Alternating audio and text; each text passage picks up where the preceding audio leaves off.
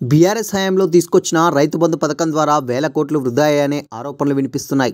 2018 నుంచి 2023 వానాకాలం వరకు 11 విడతల్లో సుమారు 72,910 కోట్లను రైతు బంధు స్కీమ్ కోసం గత ప్రభుత్వం ఖర్చు చేసింది. ఇందులో సుమారు 18,000 కోట్లు అనర్హులకు, అవసరం లేని భూములకు అప్పనంగా ముట్టజెప్పినట్టు కాంగ్రెస్ ప్రభుత్వం గుర్తించిందని తెలుస్తుంది. వెంచర్లు, బీడు భూములు, హైవేలకు సైతం సాయం అందించినట్టు తేలింది. 20 ఎకరాల పైన పెట్టుబడికి రైతులకు ఏకంగా 5,000 కోట్ల పెట్టుబడి సాయం కింద అందినట్టు తేలిందని సమాచారం. అందులో ఎమ్మెల్యేలు, ఎంపీలు, ఐఏఎస్, ఐపీఎస్, బడా పారిశ్రామికవేత్తలు సైతం ఉన్నట్టు సమాచారం. రైతు బంధు పథకం ద్వారా ఎంతోమంది అనర్హులు లబ్ధి పొందారు.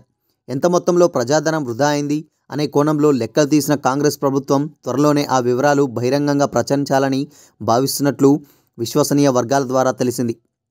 బీఆర్ఎస్ హయాంలో రైతు బంధు పథకం పేరుతో రైతులందరికీ ఆర్థిక సాయం చేయాలని భావించిన గత సర్కారు సాగులేని భూములకు రైతు బంధు సాయం అందజేసింది. వెంచర్లు, గుట్టలు, బీడు భూములకు, పెద్ద ఫామ్ హౌస్లకు, ఇంజనీరింగ్ కాలేజీలకు, రిసార్ట్లకు సైతం సాయం పంపిణీ చేసింది.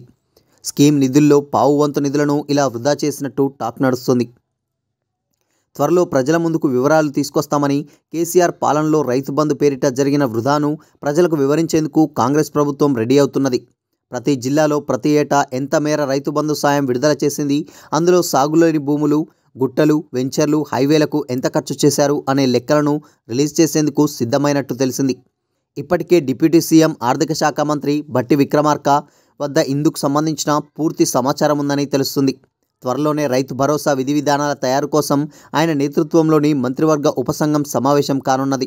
ఈలోపే రైతు బంధు పేరిట వృధా అయిన నిధుల వివరాలను ప్రజల ముందుంచాలని సర్కార్ భావిస్తున్నది. గత ప్రభుత్వంలో జరిగిన అక్రమాలను గుర్తించిన కాంగ్రెస్ ప్రభుత్వం రైతు భరోసాను స్కీమ్ను అర్హులైన రైతులకే అందించేందుకు సిద్ధమైంది. ఏకపక్షంగా విధి విధానాలను తయారు చేయకుండా రైతులు, నిపుణులు, రాజకీయ పార్టీల అభిప్రాయాలను తీసుకునేందుకు రెడీ అయింది.